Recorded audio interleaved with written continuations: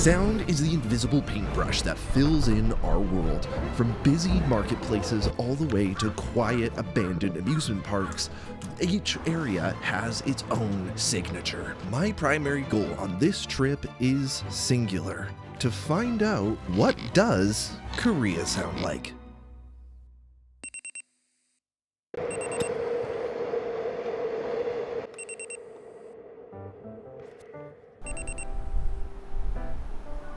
Being jet-lagged, we woke up super early, and when we actually made it to the market, nothing was open yet.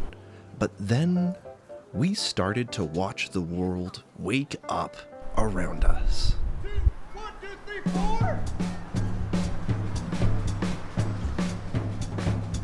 The Nomdong Market had its start in 1414, and despite being burned down several times, it always gets rebuilt around the same size. This is an incredibly old market. The sounds and audio around here are bustling merchants and children and adults laughing and talking and joking as if they see each other every single day, and often they do. Photographing the hustle and bustle and finding little stories in the overall chaos was one of my favorite parts of this point in the trip. As a side note, the audio you're hearing is actually what the recorder was picking up.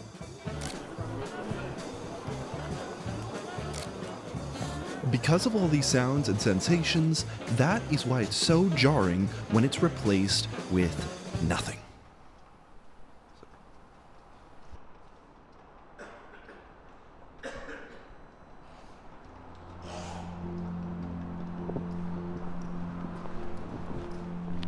As we walked away from the empty market, the nightlife of this part of Korea started to come around. A certain peace and quiet, a restfulness that didn't seem present during the day.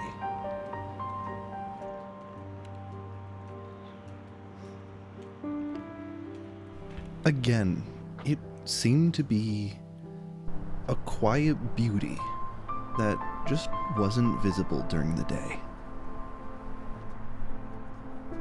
We started to make our way up the mountain towards the sky tree, and the walk was just peaceful.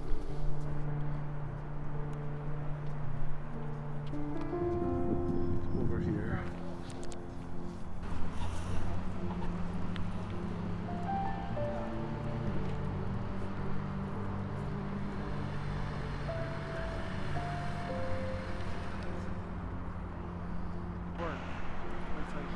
And yeah, well, we did end up going up and seeing it, and it was pretty and it was nice. We were exhausted because there was a lot of other things that we didn't really record, but we did do today. It was a lot of walking. We slept well, and the next morning came with its own adventures.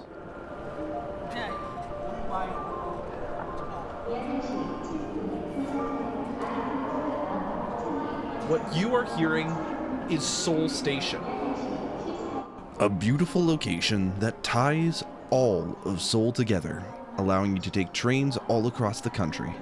But we were here to catch a bus that takes us to an old back road. Eventually you'll find the road starts to deteriorate, and when you look up, a Studio Ghibli-esque sign that declares, "Welcome to Magic Land."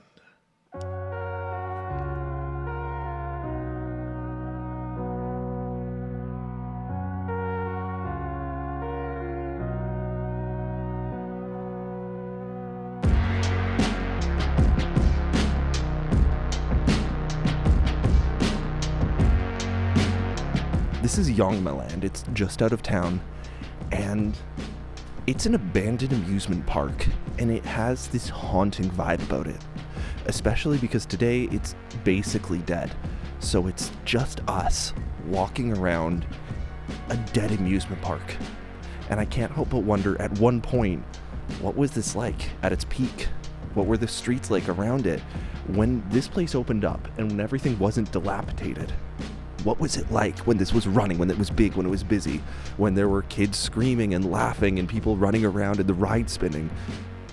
but now it's silent, except for dead equipment. Listen to this.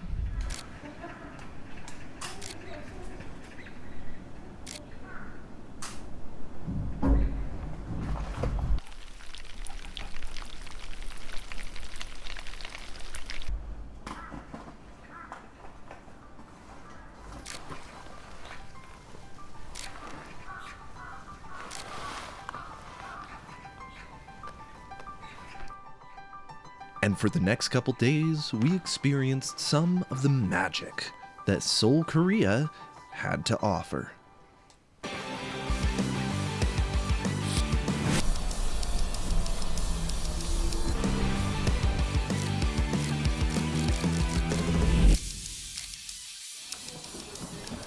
At this point in our journeys, as we wandered around, we heard a drumbeat.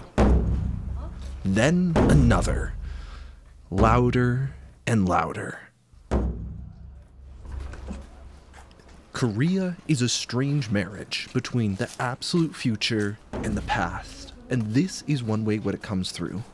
On one hand, you'll have the biggest screens in the world, and the next moment, people are banging a drum to bring beings to enlightenment at a temple built in 1910. But there is one more sound that you simply need to hear.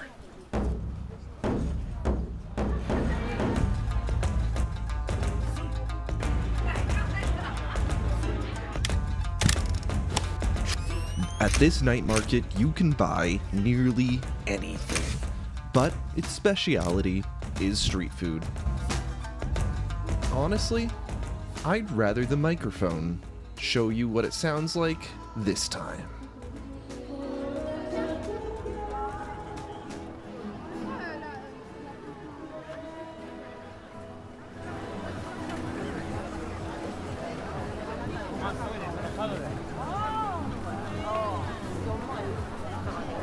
This is the sound of the night market.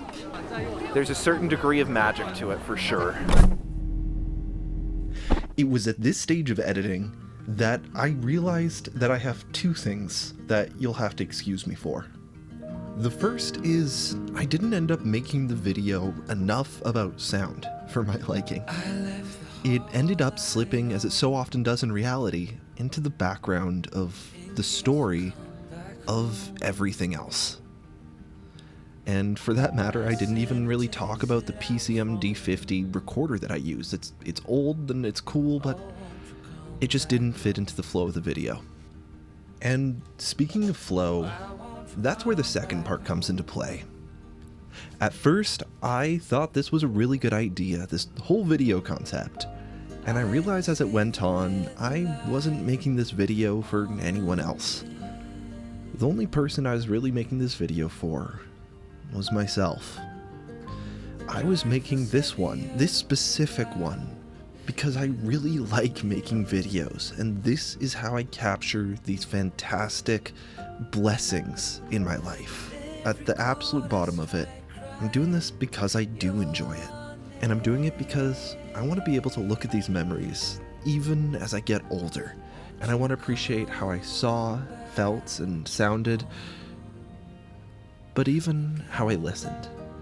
And thank you for listening to me making a video just for myself. And God bless. Stars fell out, the moon turned